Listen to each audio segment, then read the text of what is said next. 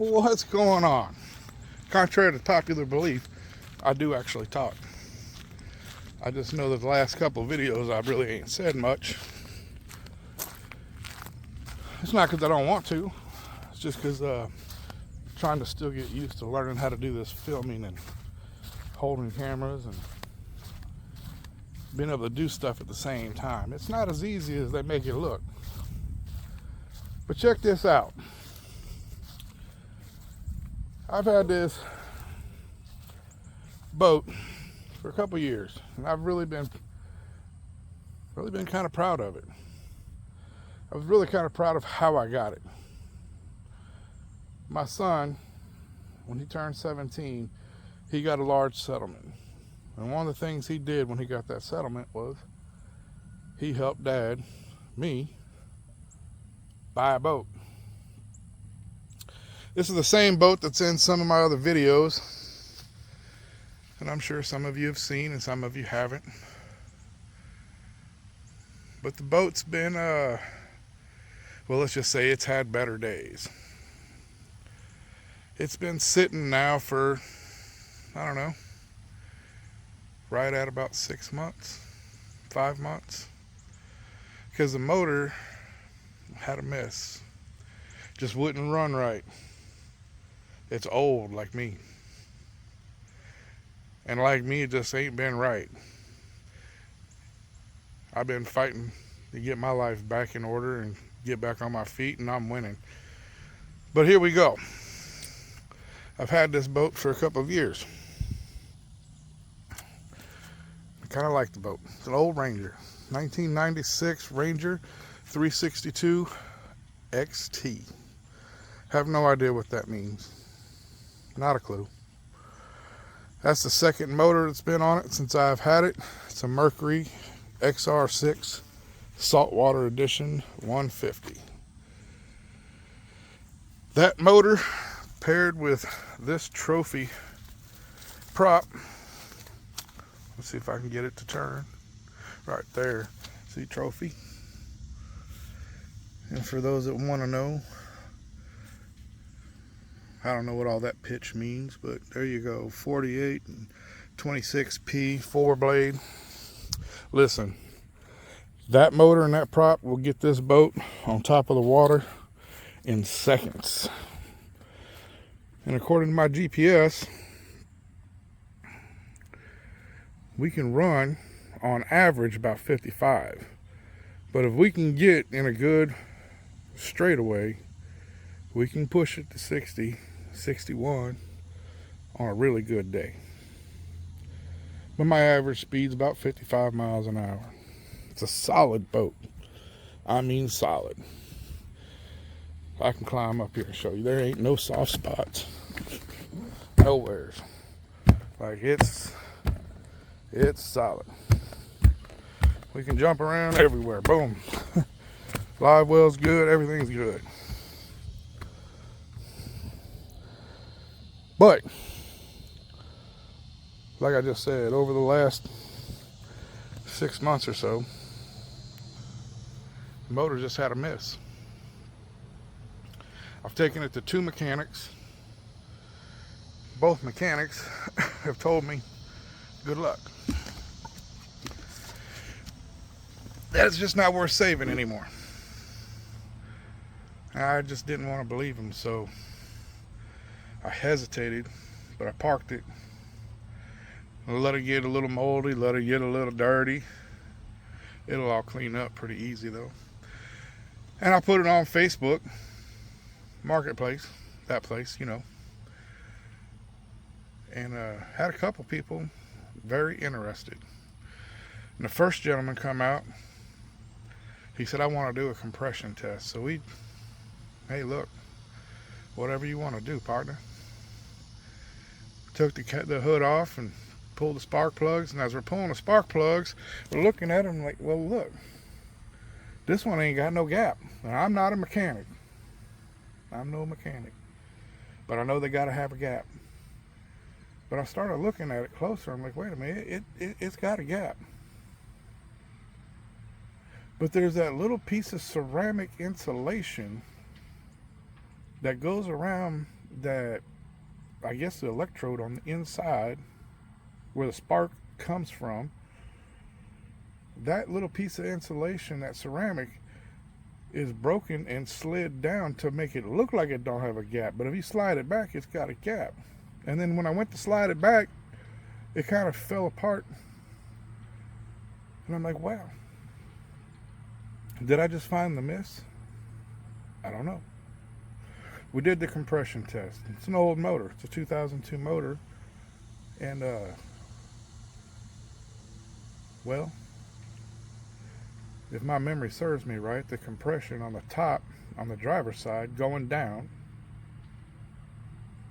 was 105, 115, and 110. On the passenger side, from the top down, was 110, 110, 110. So, I mean, it's not perfect compression, but it's passable. There's no engine noise, no internal noises, no knocking, no nothing. So the man says, he makes me an offer, and I said, listen, it's a generous offer, but I think I'm going to change the spark plugs, and we're going to see where it goes from there. I'm not going to let loose of it just yet. That was last week. It's been raining all week since then, but this morning I woke up. It's a nice, pretty day. I'd already bought the spark plugs. I came out, I put them in, started the motor up. There's no more miss. I did take the boat out to the river and run it. It ran beautiful. I think that was the best it's ran since I've owned this motor. Probably should have changed the spark plugs a long time ago. Hindsight, you know, thinking about things. Maybe I should have done some maintenance. There is a lot I could have done, but we're not going to sit here and worry about the past. We're going to go forward. So let me show you the boat, because now that I know I got a good motor and I know I got a solid boat, the hull is solid. And I've had a lot of good fishing trips in this boat. I've caught a lot of fish in this boat. It's a very sturdy boat. I can cut across the lakes in some of the biggest waves running from storms. And I mean, if you go look at some of my videos, you'll see it. This boat just walks right through them. But let me show you some up close. We can start with that seat. That seat is horrible. It wasn't like that when I bought it. But hey, it happens. When you get sick and things get parked outside, this is what happens. Time does not wait for anybody. Now it does have a Humminbird 899 side imaging, and it works perfect. It's not the most up to date, but it does work. We got the Humminbird down imaging 587. Like I said, it works. It works great. It does its job for what it is. Not the most up-to-date thing, but it is there. On the front, we got a brand new Minn Kota 70-pound, 24-volt trolling motor. Now that thing is a monster. It's a beast. We'll pull this boat all over the place. It's not nothing fancy. It don't have no graph on it, and it don't have no GPS. It's just a trolling motor. I like it like that. But like I said, the deck is solid everywhere. Not a problem. The boat is solid all the way. It's dirty. The carpet's in good shape. The seat needs to be replaced, needs some new batteries. It needs a few things. The boat could be polished, I'm sure. It needs to be clean. It needs to be clean, something awful.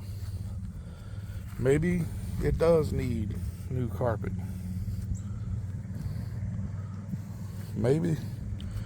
I'm not sure. Like, we got some stuff going on. We're going to leave that like that for right now. all of this mess needs to be cleaned up. But the motor's good and the hull's good. The transom, listen, man, you can jump on the back of this motor. I'm pushing.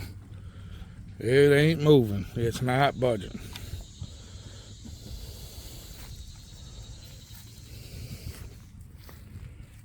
Trailer needs some work. We missing the lights. We missing the rubber mats. The other side of the trailer, well, yeah, it's had better days.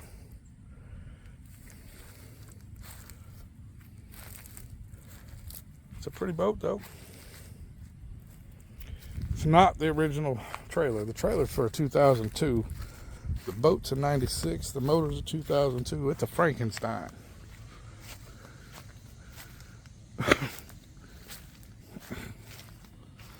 I don't mean to be coughing like that, but when people go through what I've been through, I'm lucky to be up walking around. It's inspiring to get up and walk around. And I just want to share it all. But here's my thoughts. Is this boat worth putting the time and effort into? Is it worth putting back together? Is it worth taking the time to do it? Somebody let me know something in the comments below. If it's worth it, I'll do it. I won't only. And one last thing. Yes, I did take the boat out today, and I did run it, and I did get a little clip. I'm gonna put that right after this so you guys can see this boat. She moves. Very, very sturdy. Even in the smallest canals with all the turns and curves, she will hold her own. Man, she's something else. When they were building these boats, they knew what they was building. But again, y'all let me know. Check this out.